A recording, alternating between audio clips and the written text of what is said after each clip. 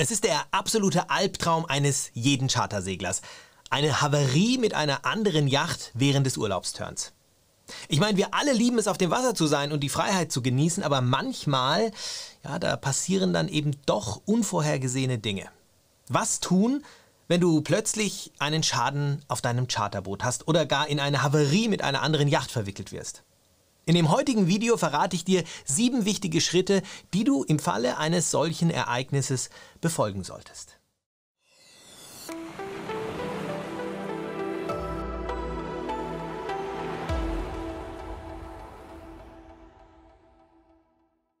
Hallo zusammen und herzlich willkommen auf dem Kanal von Charter by Yachting und zu unserem heutigen Video mit dem Thema: Was tun bei einer Havarie und einem Schaden auf deinem gecharterten Boot? Vorab zur Info: Du kannst in den Kapiteln dieses Videos zu den einzelnen Abschnitten springen und dich somit an die Stellen navigieren, die du als interessant empfindest, beziehungsweise die Kapitel überspringen, die du bereits kennst. Als Yachtcharteragentur ist es unsere Aufgabe, euch die passenden Charterschiffe von vertrauensvollen Vercharterern zu vermitteln. Wir haben bereits tausende Seglerinnen und Segler aufs Wasser gebracht und es wäre ehrlich gesagt gelogen, wenn ich sagen würde, dass es hierbei noch nie zu einem Unfall auf See gekommen wäre. Glücklicherweise gehen diese meist sehr glimpflich aus. Die Schäden sind größtenteils überschaubar und können über die Kaution im Zuge des Checkout geregelt werden. Doch manchmal kommt es eben auch zur Havarie mit einer anderen Yacht. Und hier stellt sich immer die Frage der Haftung, selbst wenn es sich nur um einen kleinen Schaden handelt. Nebenbei übrigens für diejenigen, die unseren Kanal noch nicht kennen: Offensichtlich interessierst du dich für das Thema Yachtcharter, Segeln und mehr.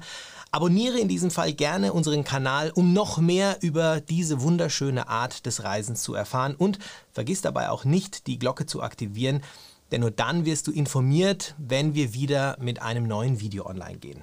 In unseren Playlists findest du Revierinformationen, Tipps und Tricks, Wissenswertes, Rechtliches, Yachtvorstellungen, Videotagebücher, Vlogs und weiß Gott noch alles zum Thema Yachtcharter und mehr. Aber kommen wir zurück zu unserem heutigen Thema. Also, stellen wir uns mal vor, du bist mit Freunden oder Familie auf einem gecharterten Boot unterwegs. Plötzlich kommt es zu einem Unfall oder zu einer Kollision mit einem anderen Boot oder einem Hindernis. Was nun? Ruhe bewahren und den Überblick über den Schaden schaffen.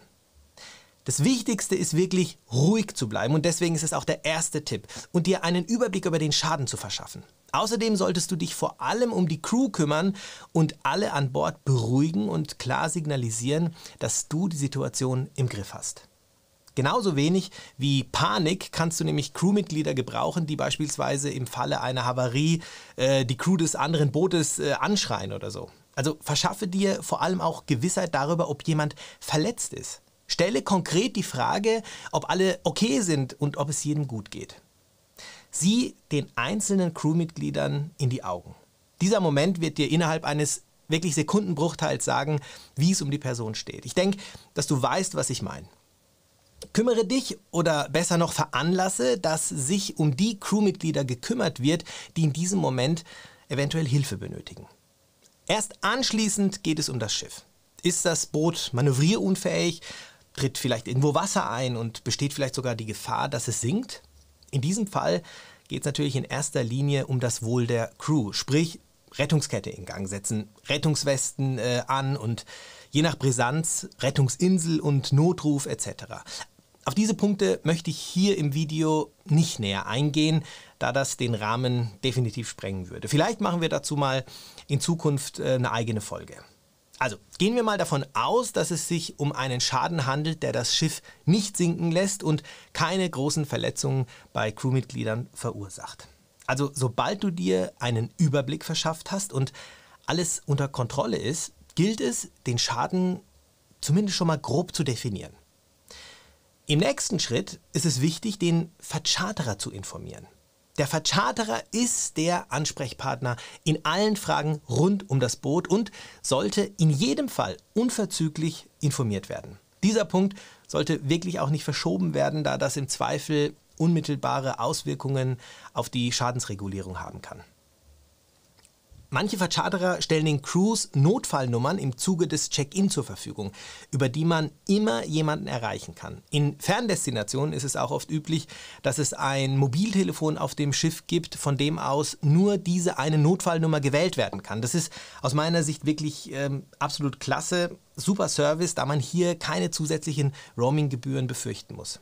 Sollte der Vercharterer nicht telefonisch erreichbar sein, unbedingt eine Nachricht auf dessen Anrufbeantworter hinterlassen.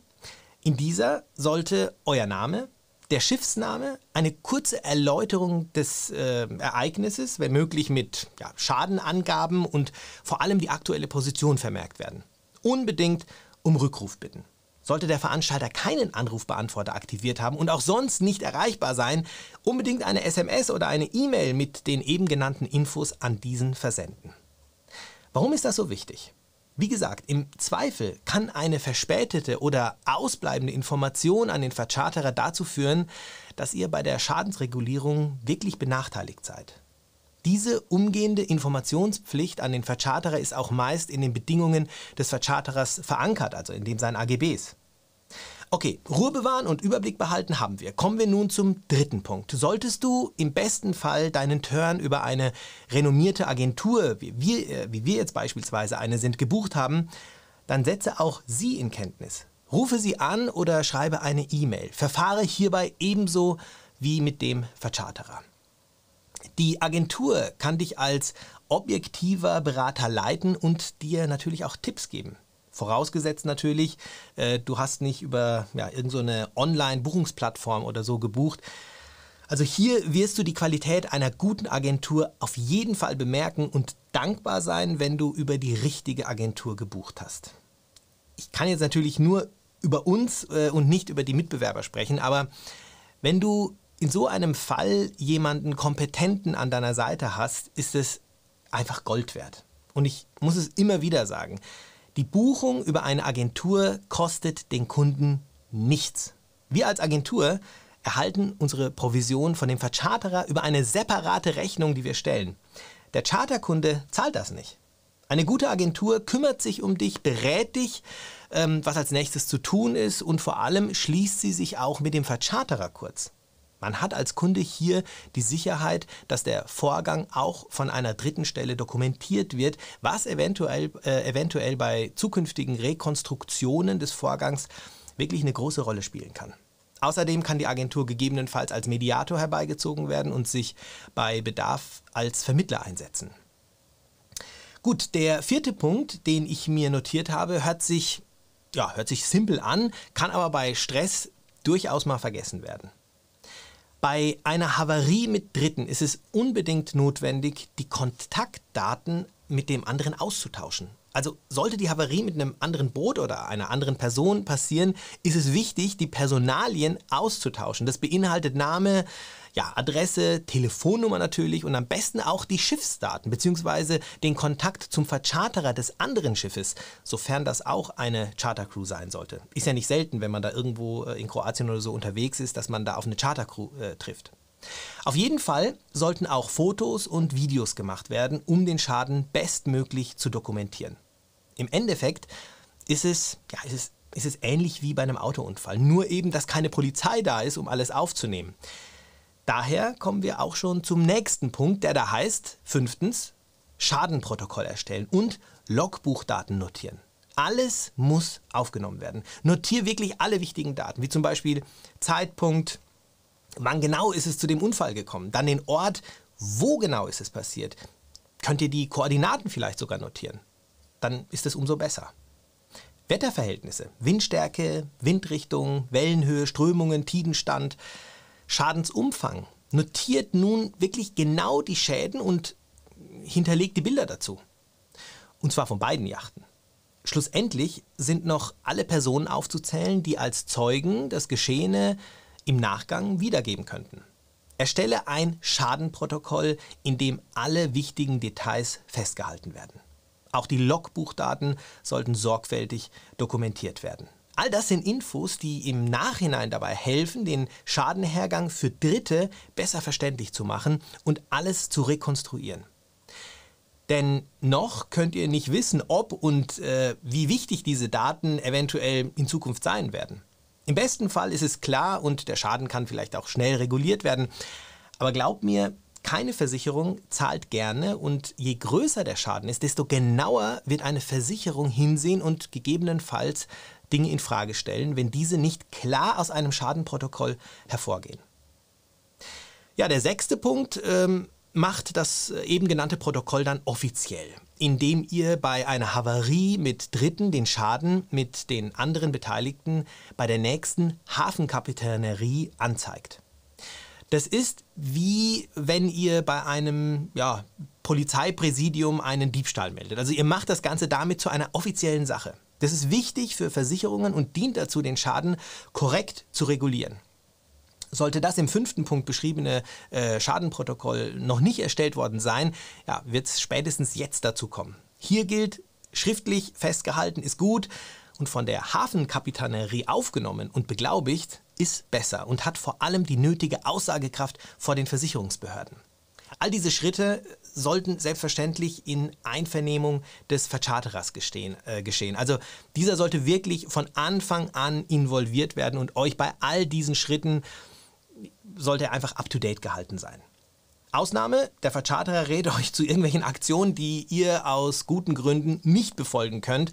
Also ich will jetzt nicht sagen, dass ich mir das vorstellen könnte, aber dennoch solltet ihr euren gesunden Menschenverstand einfach nicht ausschalten. Also wenn ein Vercharterer zum Beispiel sagen würde, dass man sich nach der Havarie so schnell wie möglich vom Acker machen soll, würde ich das natürlich niemals tun. Ebenso wenig darf man die Unwahrheit sagen.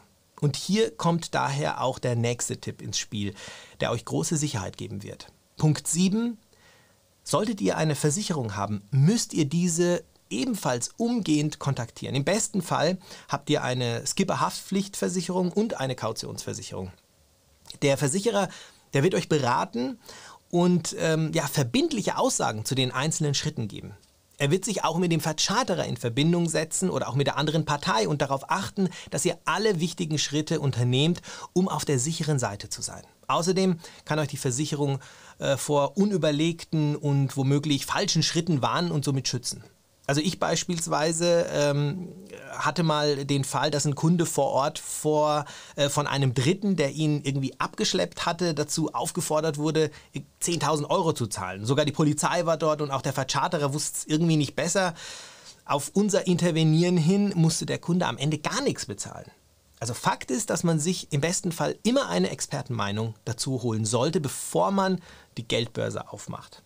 Das ist zumindest dann möglich, wenn du beispielsweise deine Charter über uns gebucht hast und im besten Fall zusätzlich auch eine gute Versicherung hinter dir steht. So, das waren sie nun also unsere Tipps für den Fall einer Havarie auf einem gecharterten Boot. Wir von Charterbar hoffen natürlich, dass du diese nie benötigen wirst, aber es ist doch immer gut vorbereitet zu sein. Wie gesagt, es ist wichtig, in einer solchen Situation ruhig zu bleiben, sich einen Überblick über den Schaden zu verschaffen, Kontaktdaten mit den Beteiligten auszutauschen, den Vercharterer zu kontaktieren, ganz wichtig, Protokoll aufnehmen, bei der Hafenkapitanerie anzeigen und im besten Fall hast du die Möglichkeit, deine Agentur und deine Versicherung mit einzubeziehen. Wenn du diese Tipps befolgst, kann eine Havarie wirklich schnell und auch unkompliziert geregelt werden. Im besten Fall kann der Turn sogar weitergeführt werden. Als abschließender Tipp möchten wir dir noch ans Herz legen, dass du dich vor der Charter eines Bootes immer gut informierst und sicherstellst, dass du über ausreichende Erfahrung und Kenntnisse im Umgang mit deinem gecharterten Boot verfügst. Das kann definitiv dazu beitragen, Unfälle zu vermeiden. Ja, ich hoffe, dass dir unsere Tipps weiterhelfen konnten und du im Falle einer Havarie auf einem gecharterten Boot schnell und richtig handeln kannst. Vielen Dank fürs Zuschauen und wir sehen uns dann nächste Woche wieder. Bis dann.